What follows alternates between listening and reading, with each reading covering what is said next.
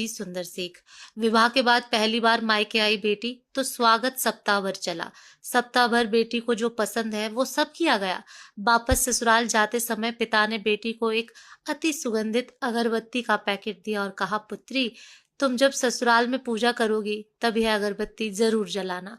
माँ ने मंद स्वर में कहा, बिटिया प्रथम बार मायके से ससुराल जा रही है तो भला कोई अगरबत्ती जैसी चीज देता है। पिता ने झट से जेब में हाथ डाला और जेब में जितने भी रुपए थे वो सब बेटी को दे दिए। ससुराल में पहुंचते ही सासू माँ ने बहू का बैग टटोला और पूछा कि तुम्हारे माँ बाप ने विदाई में क्या दिया है। कुछ विशेष न मिलने पर उनकी नजर अगरबत्ती के पैकेट पर पड़ी। क्रोधवश सासू माँ ने मुंह बनाकर बहू को बोला कि कल पूजा में यह अगरबत्ती लगा लेना।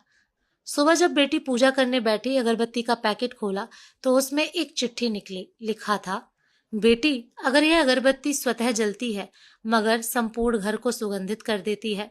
इतना ही नहीं, आजू बाजू के पूरे वातावरण को भी अपनी महक से सुगंधित और प्रफुल्लित कर देती है। हो सकता है कि तुम कभी पति से कुछ समय के लिए रूठ जाओगी या कभी अपने सास ससुर से नाराज हो जाओगी, कभी देवर या ननद से भी रूठोगी, कभी तुम्हें किसी से बातें सुननी पड़ जाएं या फिर कभी अड़ोस पड़ोसियों के बर्ताव पर तुम्हारा दिल खट्टा हो जाए। तब तुम मेरी यह भेंट ध्यान में रखना, अगरबत्ती की तरह जलना। जैसे अगरबत्ती स्वयं जलते हुए पूरे घर और संपूर्ण परिसर को सुगंधित और प्रफुल्लित कर ऊर्जा से भरती है, ठीक उसी तरह तुम स्वतः सहन करते हुए ससुराल को अपना मायका समझकर सबको अपने व्यवहार और कर्म से सुगंधित और प्रफुल्लित करना। बेटी चिट्ठी पढ़कर फफक फफक कर रोने लगी। सासू माँ दौड़कर आई। पति और ससुर जी भी पूजा घर में पहुंचे जहां बहू रो रही थी। अरे, हाथ को चटका लग गया क्या? पति ने पूछा।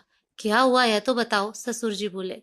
सासू माँ आजू बाजू के सामान में कुछ है क्या यह देखने लगी तो उन्हें पिता द्वारा सुंदर अक्षरों में लिखी हुई चिट्ठी नजर आई।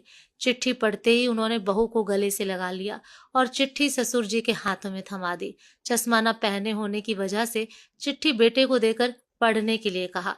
सारी बात समझते ही संपूर्ण घर स्तब्ध हो गया।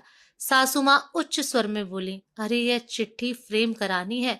यह मेरी बहू को मिली हुई सबसे अनमोल भेंट है। पूजा घर के बाजू में ही इसकी फ्रेम होनी चाहिए और फिर सदैव वह फ्रेम अपने शब्दों से संपूर्ण घर और अगल बगल के वातावरण को अपने अर्थ से महकाती रही। और अंततः अगरबत्ती का पैकेट खत्म होने के बावजूद भी क्या आप भी ऐसे संस्कार अपनी बेटी को देना चाहेंगे? बेटियां दो कुलों को महकाती हैं। दोस्तों, आपको ये कहानी कैसी लगी कमेंट करके जरूर